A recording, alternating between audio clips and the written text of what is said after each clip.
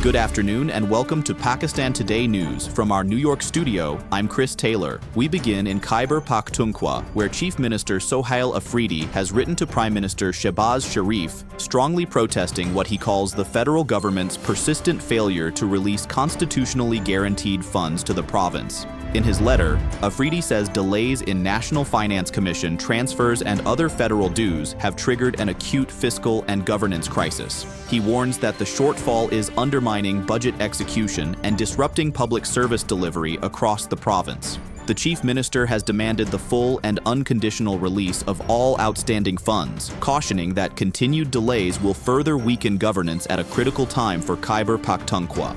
Turning to diplomacy now, President Asif Ali Zardari has arrived in the United Arab Emirates for a 4-day official visit running from January 26 to 29. According to the Foreign Office, President Zardari will meet UAE leaders to review and strengthen bilateral ties between the two countries. Discussions are expected to focus on trade and economic cooperation, defense and security collaboration, and people-to-people contacts. The president is accompanied by a high-level delegation, with officials describing the visit as a reflection of deep brotherly ties and a shared commitment to expand cooperation on regional and international issues. Back home in Islamabad, debate is intensifying over dual nationality for civil servants. For more on this, we go live to our correspondent, Chris Taylor. Joining us now from Islamabad is Sarah William. Sarah, what's the latest? Chris, during a National Assembly Committee meeting, MNA Noor Alam Khan argued that bureaucrats holding dual nationality should face the same restrictions as parliamentarians. His Civil Servants Amendment Bill 2024 proposes changes to bar individuals with foreign citizenship from appointment or continued service. The Standing Committee voted in favor of the bill, signaling growing political support.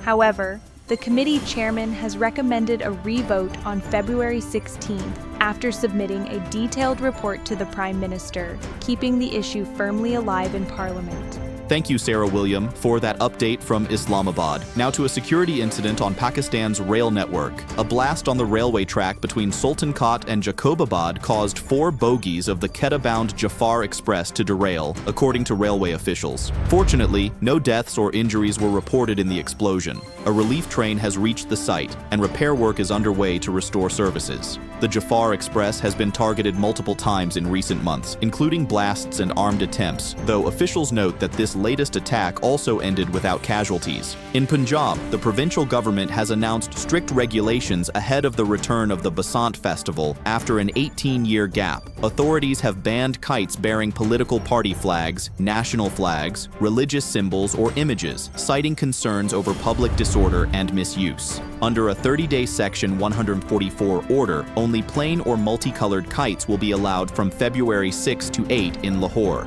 Hazardous kite strings, including metallic or glass-coated lines, are also prohibited, with violators facing up to 5 years in prison and heavy fines as part of a comprehensive safety plan.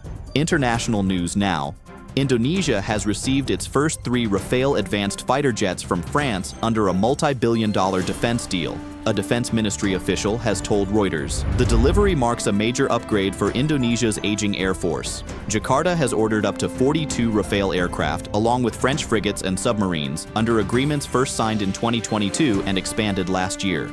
The newly arrived jets are stationed at Rosmin Nurjadin Air Base in Sumatra, with more deliveries expected later this year. And finally, Saudi Arabia's Foreign Minister Prince Faisal bin Farhan Al Saud has said Riyadh wants a strong and positive relationship with the United Arab Emirates. Speaking to reporters in Warsaw, he stressed that deeper cooperation depends on the UAE's full withdrawal from Yemen. The minister said such a move would be the building block for improved ties and greater regional stability. His comments follow recent tensions after UAE-backed separatists seized territory near the Saudi border, reigniting disagreements over military involvement in Yemen. That's all for now. You're watching Pakistan Today News. I'm Chris Taylor.